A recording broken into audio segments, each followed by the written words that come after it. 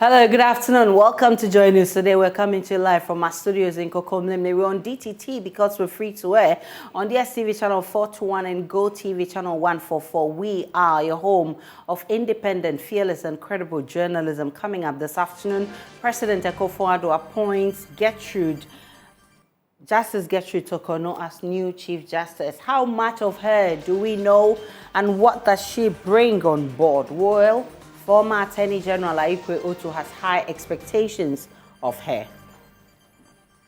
Also this afternoon, Charge begins initial assessment of petition alleging illegal mining by top government officials to determine whether it's a matter that falls within its mandate. More, as lawyers for the MP who filed the petition believes there is enough basis for a full-scale probe. And later today, on Climate Focus, we'll tell you about a farmer in the Upper East region who is on a massive tree planting exercise to restore degraded lands. We have details plus business, sports, world news, and showbiz coming up shortly. My name is Aisha Ibrahim. Do stay for more.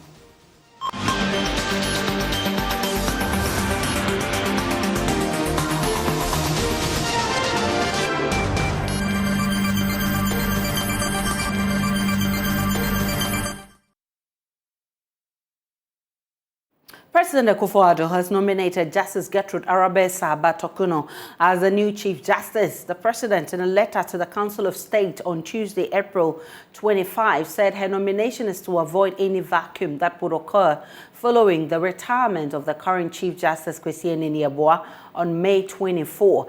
Justice Mrs. Tokono, this nomination will be vetted by Parliament and approve her nomination on otherwise. She will become the third female Chief Justice in the history of Ghana after Justices Georgina Theodora Wood and Sophia Akufu. So who is she and what will she bring to the table upon her successful vetting and confirmation? Here is more in the following report. Gertrude Tokono hails from Winneba in the central region of Ghana. She was born on 11 September 1962 in Cape Coast. She attended Wesley Girls High School where she obtained her ordinary level certificate and at Chimoto School for her advanced level certificate. She's an alumnus of the University of Ghana and graduated from the Ghana School of Law in 1986. In 2001, Gertrude Tokono obtained a postgraduate diploma in international law and organization from the International Institute of Social Studies, part of Erasmus University in the Netherlands. In 2011, she graduated from the Golden State University, USA with an LLM in intellectual property law. Justice Tokono began her legal career as a volunteer at the FIDA Legal Aid Service and did an internship with Nabarro Nathanson in London. She later joined the Fugger & Co law firm in Accra as an associate legal practitioner. In 1994, she became a director at the same firm. In January 1997, she co-founded Sozo Law Consult, where she worked as managing partner until the 14th of May 2004, when she was appointed as Justice of the High Court of Ghana. She worked as a High Court judge until October 2012, when she was elevated to the Court of Appeal. Justice Tokono was subsequently nominated to the Supreme Court of Ghana in November 2019 and sworn into office on 17th December 2019. Justice Tokono has held several leadership roles in the judicial service. In her work as chairperson of the E-Justice Committee, she's led the planning of automation of all levels of courts, procurement, and incorporation of the use of electronic resources and software in the work of the judicial service. She's also served as the supervising judge of commercial courts since 2013, where she sets the agenda for and chaired meetings and programs of the Users Committee of the Commercial Courts. Well, former Attorney General Aikwe Otu says Justice Gertrude Tokono has a temperament required to be Chief Justice. Congratulating the Chief Justice-elect, Mr. Aikwe Otu urged her to work tirelessly to deal with delays in the justice system. Both as a lawyer and a judge, I think she has held herself well. Some of us were known to be legal brunoless. That when we get into our element, sometimes we can, be driven by passion and those things. But she's not that type. I'm not aware that I've seen her having any manifest or having any difficulty, situations with anybody. She flew. She flowed seamlessly, I remember when I was the secretary of the bar or so, there was this sharpening scholarship or something that we received from the UK, and I put up that notice, and she applied and won, and went abroad for that course. I forgot, but I know it should be somewhere in her field. So I've known her, she was called to the bar in 86, I was called to the bar in 81. So we were already there when she came. And so we've known her. She's okay by our standards. She's okay by our standards. One of the biggest issues which has confronted successive Chief Justices is legal education in the country. According to Aikwe Otu, there's a precedent Justice Gertrude Tokono may follow if confirmed as Chief Justice, but also she can choose to chart a new course. No, as lawyers, we follow precedent. So I'm sure that the precedent will be there to guide her. It is for her to decide on her own whether she wants to follow the precedent or break away from the precedent. But they are there. I mean, the headache that everybody has is how do people get entrance into the law school. And so the former Chief Justices came out with the idea of an independent legal board, examinations board. So they will set the examinations and marks, and if you pass, you'll be taken. I remember that some of us had to kick against the interview aspect because it didn't make one sense. You pass an exam, then you go for an interview, say you have failed. What question did you ask? Did they ask who was your father? Or who is your father? What work has he done? They say you have failed. It doesn't make sense. So after some agitation, they decide to, take it out. Now it is the numbers. I have advocated with others. Now look, let the law faculties handle the professional courses. And then let everybody who thinks is qualified write only one bar finals, which they do abroad. Because we have Grayson, we have Lincoln, we have the other in. You go and do all you want to do in your in. If you say you are ready, come and write only one bar final. If you pass, you'll be called to the bar. Now we are having difficulties because we are being told that the faculties do not have what it takes to teach the professional course. And so you have a lot of pressure coming in. She would definitely have to deal with that issue as well because people keep complaining and asking for more space.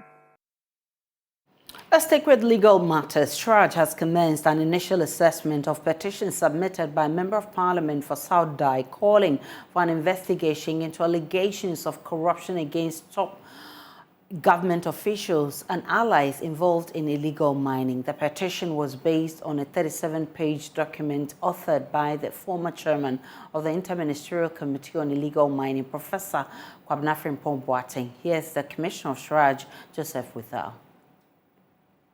We received it and we are studying it.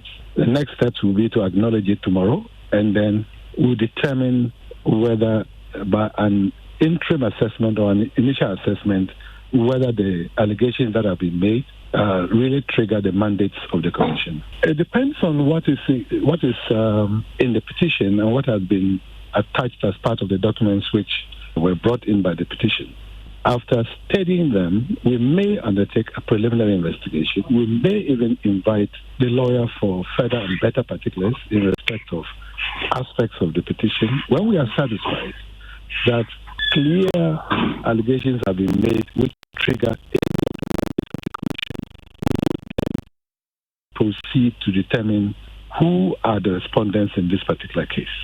Because, the report is quite broad, touches so many people, and so the ones who are germane will certainly be the ones we will look for. And then we would request them to make any comments that they have, of course, as natural justice will require. And then the next steps will be determined by the procedures of the commission. What would you tell those who say, does this necessarily fall within the purview of STRAJ? Well, I can give you a general answer because it's a matter that we're yet to go into. But as a matter of rights, the environmental rights exist. They are rights by themselves, which public officers and public institutions owe to the people of Ghana. And so to the extent that fiduciary relationships have been established between public officials in terms of their role in safeguarding the environment, if allegations have been made, those allegations certainly will be triggering the human rights mandate. But as I said, I'm speaking generally, if it comes to the petition, we'll look at the specifics of the petition and to what extent they trigger which aspects of the human rights mandate in respect of the. Representing the MP, Roxanne Dafiamekpo lawyer Nick Papo Ado argues the report contains sufficient evidence to justify a full-scale investigation. Clearly, the president has given a signal that he's not interested in the report. We think that as a former minister of environment, he's a man of stature. Professor Boate is not just any ordinary person. And the allegations he makes are not bare allegations. These are allegations that he has supported with facts, letters. And in fact, in his other two responses he made, he added more facts, more letters. And so this is somebody that we believe, given the proper forum, independent forum, where he knows he has no fear for his life and he knows he will be protected, which STRAJ has the mandate to do, I'm sure he will even give us more. We cannot brush this under the carpet. Unfortunately, we cannot agree with the president that this is something that can be brushed under the carpet. We refuse to brush it under the carpet because this is not an issue that is simply one for us to just take for granted. This is not one of the things that you, as they say, he can clear. This is a matter that borders on life and death. This is a matter that touches our water bodies. This is a matter that touches on the economic rights of the people that are in those areas affected. Farming, for example. All those areas are complaining about farming issues. The fact that their farming and cash crops are being destroyed. The pollution of the soil, the pollution of the water bodies. These are human rights matters. And so I'm sorry. But if the president thinks that this is hearsay, we disagree with him. That is why we've come to the Commission on Human Rights and Administrative Justice, and we expect to get justice. The Ghana Small-Scale Miners Association, however, shares this view on the need for a probe and believes only this can win the trust of citizens in the fight against illegal mining. The National Democratic Congress has served notice of formally petitioning Parliament and the Office of the Special Prosecutor to initiate full-scale investigations into the Al Jazeera Gold Mafia documentary as it relates to Ghana and the Galamsey report of Professor Frimpong Boateng.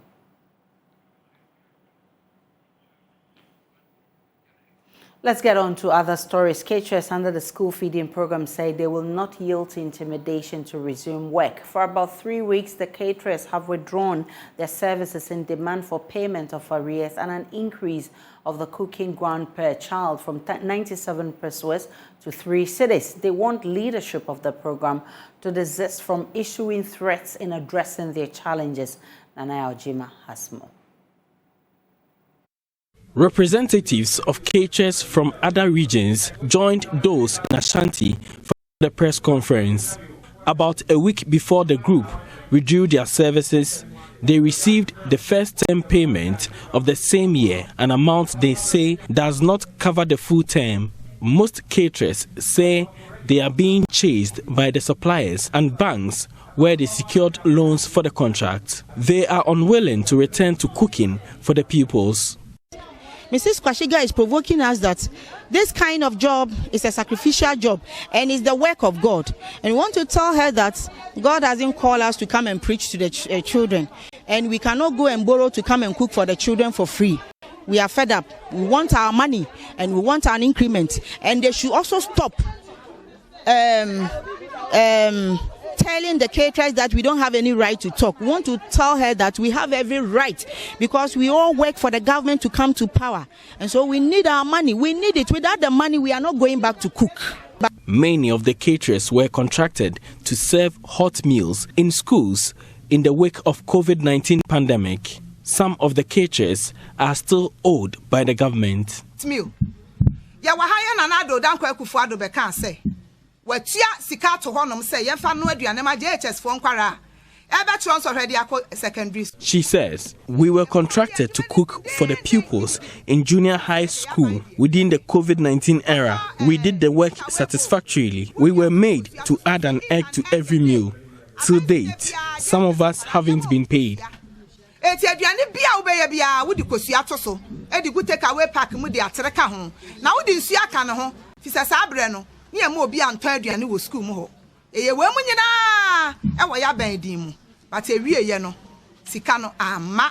Meanwhile, the teachers are pointing to some anomalies in the school feeding program and have called for an audit. There are a lot of ghost names, ghost schools. That ghost schools, we want you to go deeper into it and bring that evidence out, because there are kululu over there, ghost names, thousands of ghost names. They should stop doing that. They are causing financial loss to the state. We are telling them. Deductions, the illegal deduction by the secretariat. Madam is my head of school. She monitors me what I do every day. And she forwarded the information to Accra. Now Accra says that I did not cook. It doesn't make sense. It doesn't make sense. Our caterers are suffering, and it has a serious political consequences for the government if they will not clean up the secretariat. Over 11,000 caterers are suffering, and the government says because of one person or two people at the secretariat, they don't care. Government will live to regret if they don't address this issue urgently. For Joy News, Nana Ojima, Kumasi. Let's go to the Ashanti region and speak with Nana Boachi Yadom, who's been visiting some schools. Nana, tell us, from the schools that you visited, what's the impact of the absence of the caterers? Okay, thank you very much, Aisha. This morning, we've been to some of the basic schools in the Ashanti region to check up on the impact of this situation after caterers boycotted cooking for pupils in some of the schools in the region. We've spoken to some of the school authorities and then parents who are key stakeholders in these matters. What we realize is that today, some of the schools, some of the caterers in some of these basic schools have resumed work. A school like the State Experimental Basic School 2 and Basic School 1, and then also the Aisha Basic School, some of the caterers have started work. They've come back to post and they are cooking for the kids. Any moment from now, we've also visited some of the schools in the rural areas and then some of the urban areas too. We've spoken to school authorities on the matter, where they are telling us that it was quite unfortunate when the strike was in process, where students were not really coming to school. We saw a low attendance today since we boycotted cooking for the people. But as we speak, we can see that some of the cases have started coming back to the schools, but not fully. We can record about 30% of cases in some of these basic schools. What are the authorities and even the school children themselves, what are they saying about this? These school children who, unfortunately, we couldn't get them on camera or get their voice. But you could see that it was very worrying for some of them, because most of these students depend on these foods or these meals that are being prepared for them in the basic schools. When we spoke to their headmaster, he told us that some of these students around the communities mostly come to school because of the food that is being prepared for them.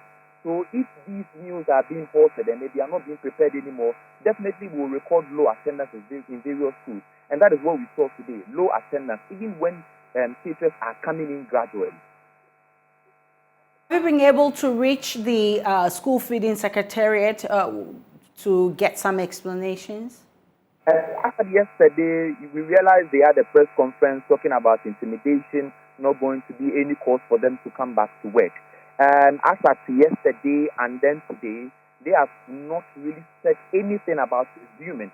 So it was quite surprising when we got to realize that some of them are still have come to post. So we were even asking questions about that. But they have said that they will not resume fully. So if we go to some of the schools and then we see some cases at post, that means that it's a gradual process. But they are still demanding the unpaid arrears and then also the increase in grants. Up until that is done, they are not going to come back to schools, to the basic schools completely. And then even when we spoke to the leader of the association just this afternoon, She was saying that all those cases in the various schools that we witnessed are going to withdraw their works as soon as possible.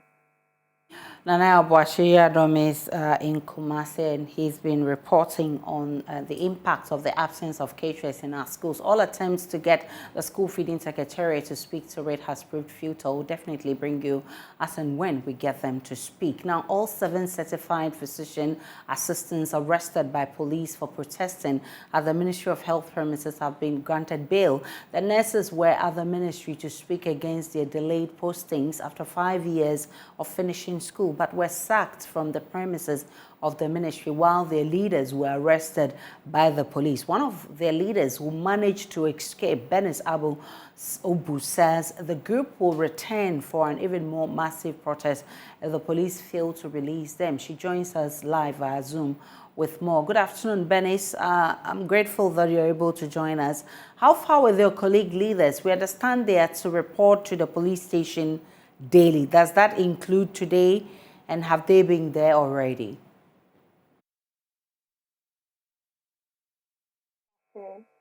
So as of yesterday evening, when they were released from police custody, they were asked to return back at exactly 10 a.m. today. But upon calling them and trying to find out if the police had said anything, up till now, the police has not said anything. And according to them, the police are still in a meeting trying to figure out what next. And so now we do not have any more information concerning that. Tell me more about your plan to intensify your protest to press home your demand. Does it mean you are assembling today as well? For today, no. For now, we just want to, wait and then see if we are going to get a positive feedback from the secretary yesterday. If the feedback is positive, then we will all just lay down. But we are yet to discuss all these things with the Mother Association and with our people too. I'm grateful for your time. Benis Obu is Certified Physician's Assistant, and she led the group yesterday. She was one of the leaders who escaped arrest. Meanwhile, the group's parent body, Ghana Physician Assistants Association, has thrown its weight behind the protesters in a statement signed by its national president, Peter Akodugu Ayamba. He called for the immediate release of the protesters that were arrested.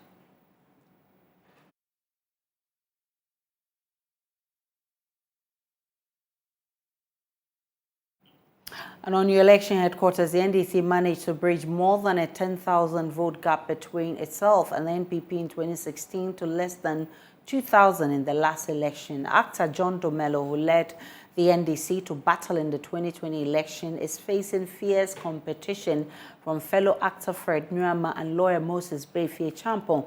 The process leading up to the May 13 election has been met with allegations of betrayal and efforts to protect John Domelo. Kokwa Santi of our political desk has more.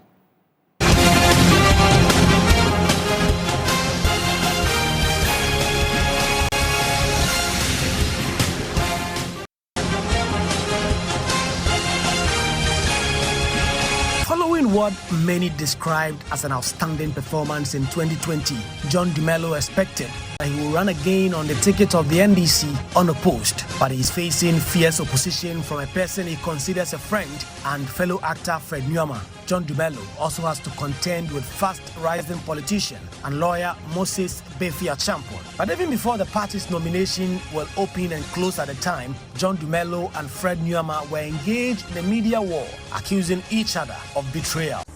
The NDC made significant inroads in the Ayawaso West Wogan constituency in the last general election and will be hoping to build on that in a bid to wrestle the seat from Deputy Majority Whip Lydia Alhassan. Moses Befie Champon, who is seeking to lead the NDC in that constituency, is alleging a plot to have John Domelo run unopposed.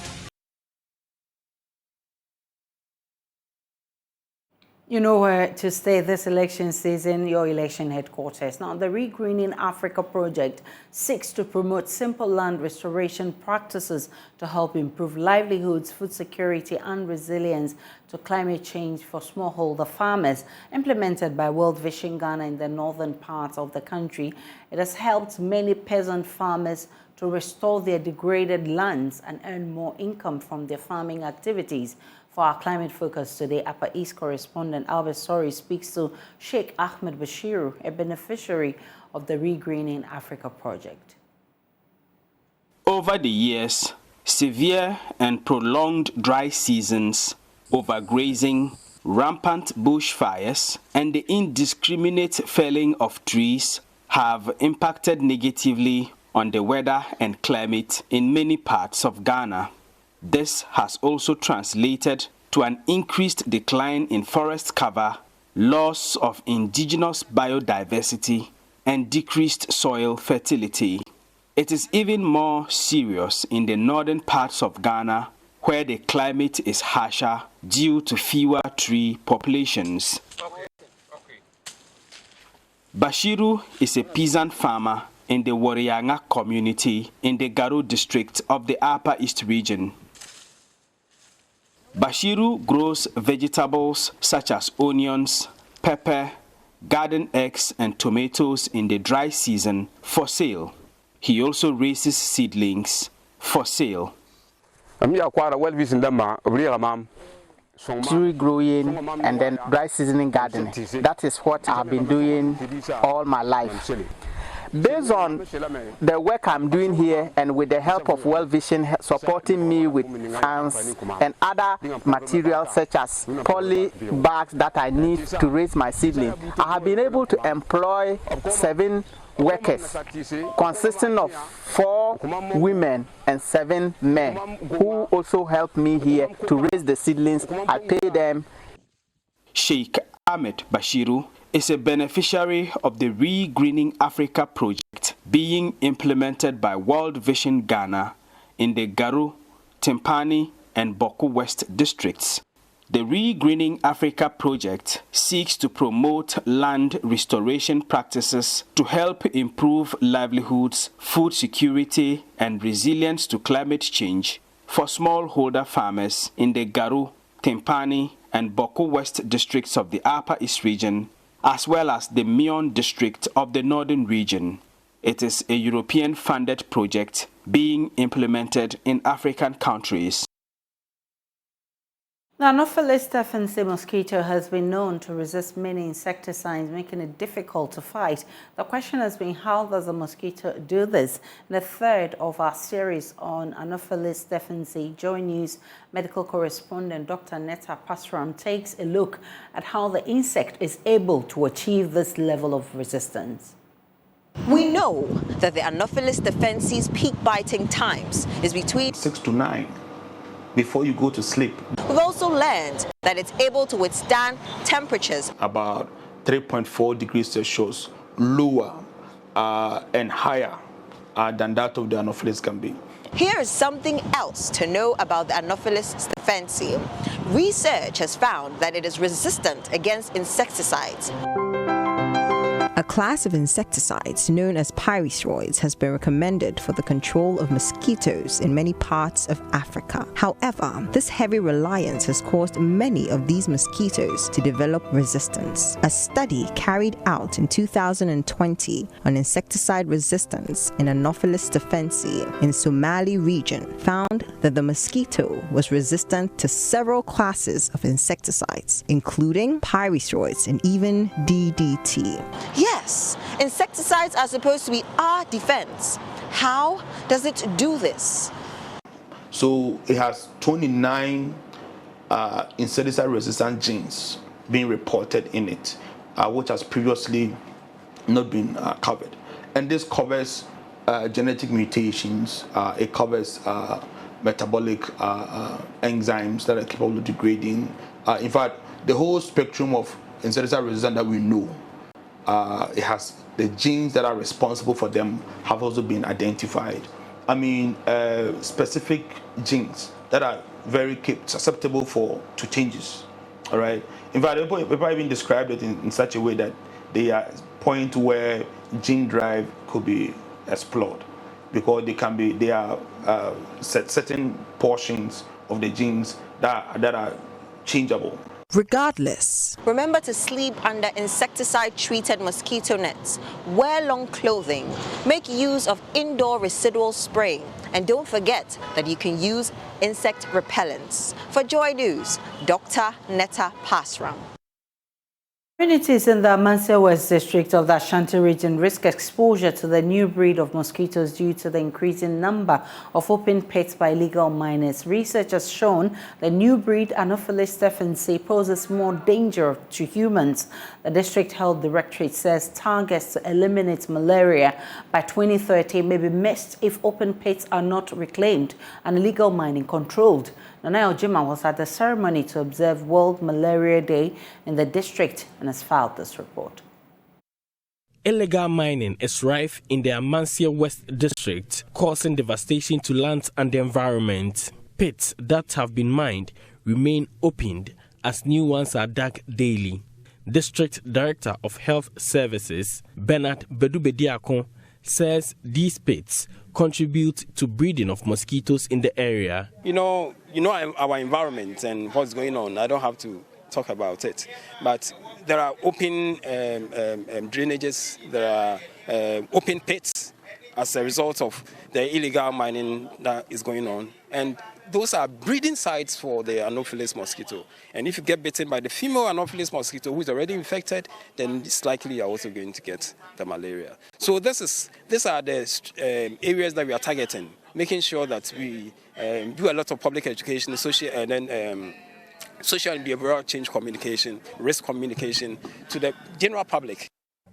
In 2022, the Amansia West district recorded a rise in cases of malaria in children above 5 years and adults from 12,117 to 13,486 cases.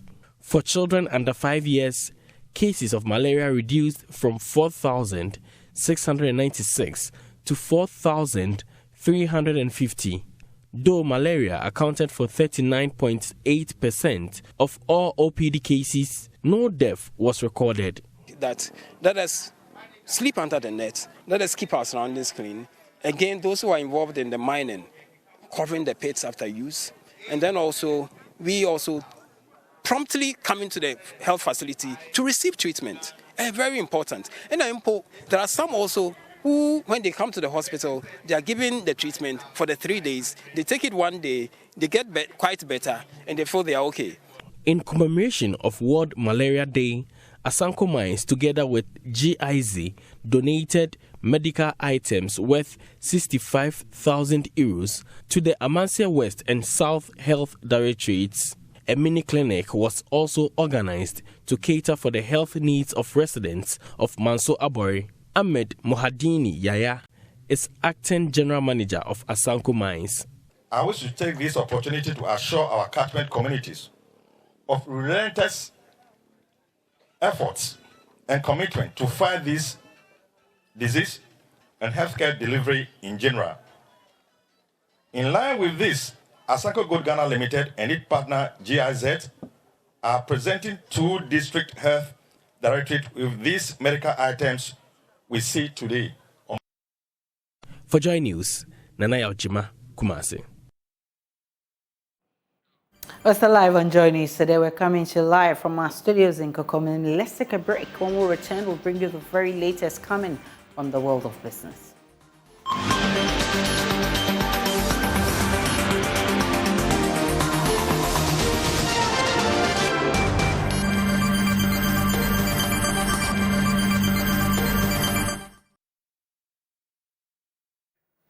Hello, good afternoon and welcome to Business here on Joy News today with me, Beverly Broom.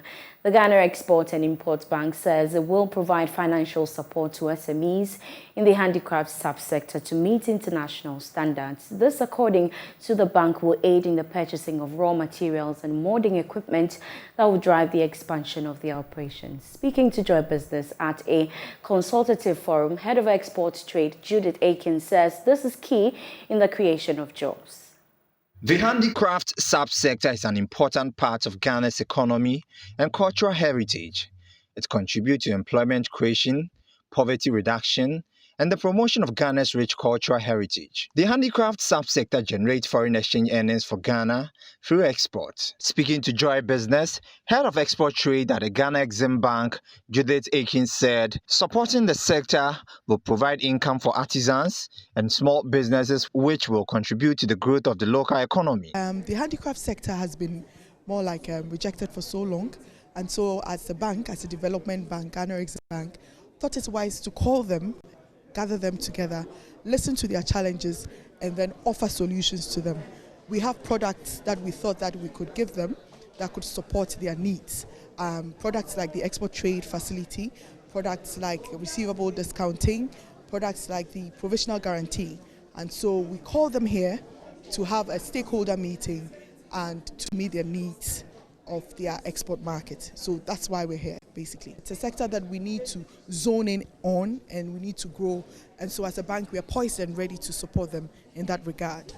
The global handicraft market value for 2022 was $704.7 billion, and the market value is expected to reach $1 billion by 2028. However, Ghana has not positioned itself well enough to tap into this huge market. According to the Deputy Chief Executive Officer of the Ghana Exim Bank, Rosemary Aisha, her outfit will boost investment in the handicraft sector to help Ghana achieve the non-traditional export targets in 2029. Per Act 911, we are supposed to support the Ghanaian exporter directly and indirectly to be competitive in the international marketplace. As an institution which is primarily tasked to support export, we want to provide the following: financing for these handicraft businesses. We want to provide capacity building, and then partner with the Ghana Export Promotion Authority to provide market access. I'm sure you were all here. You heard the first-hand information from these handicraft exporters and producers in Ghana, how they intend to solicit our help to provide this market access. So that is what we are positioned to do, and we are committed to it to ensure that these three areas are met by us as a bank to these exporters and producers of handicraft. The Stakeholder Consultative Forum was under the theme Facilitating International Trade, the role of Ghana Exim Bank in the handicraft export sector. Now, some players within Ghana's lottery industry are calling for a more aggressive sanitization push by the regulator to boost the growth of the lottery industry. According to General Manager for Fortune Synergy Company Limited, Albert Osei-Free, local players should leverage the growing popularity of online lottery to ensure market growth. Speaking to Joy Business at the launch of its new product called the Mega Fortune, he said the utilization of cutting-edge technologies by the sector will aid in the fight against unemployment. The growing popularity of online lottery is one of the major drivers propelling market expansion in the lottery sector. The expansion of cell phones and the internet is responsible for the rise in popularity of online lotteries. Speaking to Joy Business, General Manager for Fortune Synergy Company Limited, Albert Osei-Free, said the use of blockchain technology in lottery systems aims to remove middlemen from the lottery process and make the current lottery system transparent by employing a ring signature mechanism that allows players to make fair decisions. Digital in our space here in Ghana is not well known. So we bringing this to the Ghanaian community. We encourage Ghanaians to put their trust in the digital system. It brings a lot of convenience. People gone in the days will have to walk all the way through the kiosk, through rain, the sun, all the external factors just to take a lottery stake. But we bring you fully digitalized system. You stake in your house, you win in your house, we pay you in your house. Anywhere and everywhere you are, we pay to you. So we want you to trust the system. Fully Ghanaian, fully digitalized. One change in the lottery industry that is expected to have a positive impact on the market in the coming years is the adoption of technologies by lottery operators.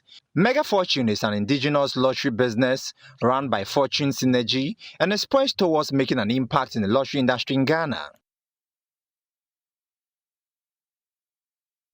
You can read more stories on myjoyonline.com/business. I'm Beverly Broom. Next, the sports.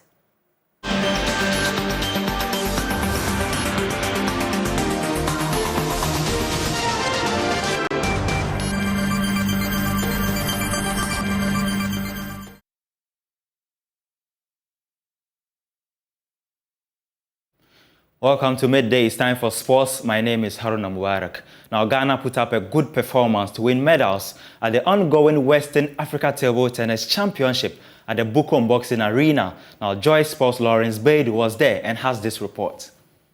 First to win more medals at the 2023 Western Africa Table Tennis Championship got off to a good start on day 2 following the men and women teams' participation in the medal stage on Tuesday at the Trust Sports Emporium. The women's team recorded a 3-1 victory over Benin to claim the silver medal. Coach of the women's team, Ebenezer Annan White, talked about the importance of Ghana's win. This means a lot for Team Ghana because she played against the Benin top player. In terms of singles now, she's qualified. We are qualified to the round of 16. Yes. So from here, we are moving to the round of 16. Ghana's Ntiakwabi beat competition from Benin to book a place in the knockout stages of the women's singles and says she hopes to win a medal from there. It's a very great win for me. As you can see, this is my second win. I'm topping my group, and I think it is a good opportunity for me to move to the next stage. So I think with the next stage, I will do my maximum best to win my subsequent matches. Bello Fatimo has won the Western African Singles Championship title on 3 occasions and told Joy Sports she hopes to defend the colors of Nigeria once again in Accra. Well, there are many best players here. There are many best players here. They are because I have good players. The Benin, the Ghanaians, they are good players. In this West African Region Championship, I've won it 3 times, and I will try my best to defend my cup. Yeah. In the men's team game, Ghana faced off competition from Ivory Coast, with both teams taking home bronze medals. Despite defeat in the men's singles, Ghana's coach says the team put in a good performance and hopes to get better as the competition progresses. As a coach, I'm really impressed with the performance of our boys.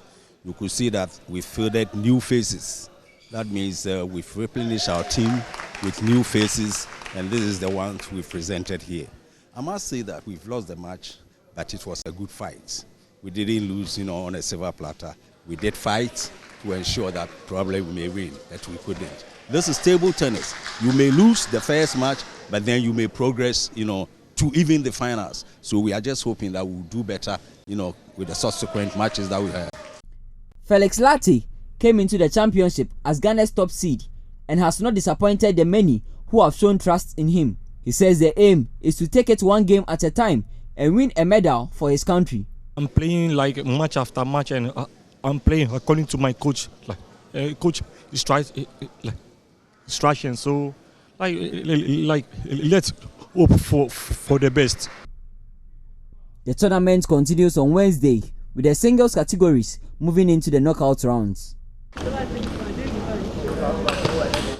Well, let's see how the game pans out tonight. That's all for sports here on Midday with me, Haruna Mubarak.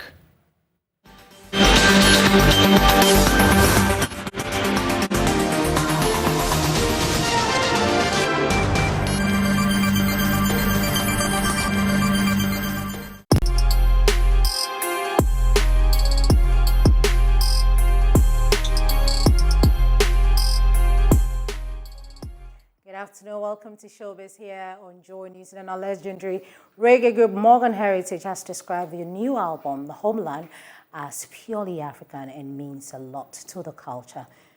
The group spoke to my colleague Ibrahim Bembako. Now it's time to do something different and meaningful. And that's why we chose world music. And within world music, we chose African music. Why African? That is the thing. Because why African? We are black people. Simple. You understand? The essence of our DNA is blackness, is Africa. So why not Africa? You ask me why Africa? Why not Africa? You answer that for me. Yeah, you see, as Rastafarians, we look to Africa. From we were youth, that's where we were raised as Rastafarian children in the 12 Tribes of Israel organization. So as adults now that's traveled across the continent, I think we just reach a point in our career where we're ready to illustrate all that we've learned on our journey, the culture that we've embraced, the languages that we've encountered, the energy of the people that we fell in love with. You feel all of that embodied in the whole entire album called The Homeland. It was really just over the years, us traveling as Morgan Heritage to do these festivals, and along doing the concerts in these countries, you know, went out of our way to say who's the local artist, or people, the promoters locally would say, you have to meet this new artist, he's doing very good. And then we met them, we was impressed, and we just built the relationship. And eventually when we came up with the idea to go in the studio, we reached out to these artists, and then the rest was history, man. Well, on that note, we end Showbiz here on Joy News today. There's more Showbiz news in our subsequent bulletins also on myjoyonline.com. My name is Becky. Good afternoon to you, Aisha. Hello, beautiful Becky. How are you doing? Fine, thank you. Happy belated happy Eid. Eid for you, yeah. Thank you, Becky. I was going to say Easter. And that's how we wrap up the bulletin this afternoon. My name is Aisha Ibrahim. Log on to myjoyonline.com. There's more of the news and updates of all the developing stories to enjoy the rest of our programs.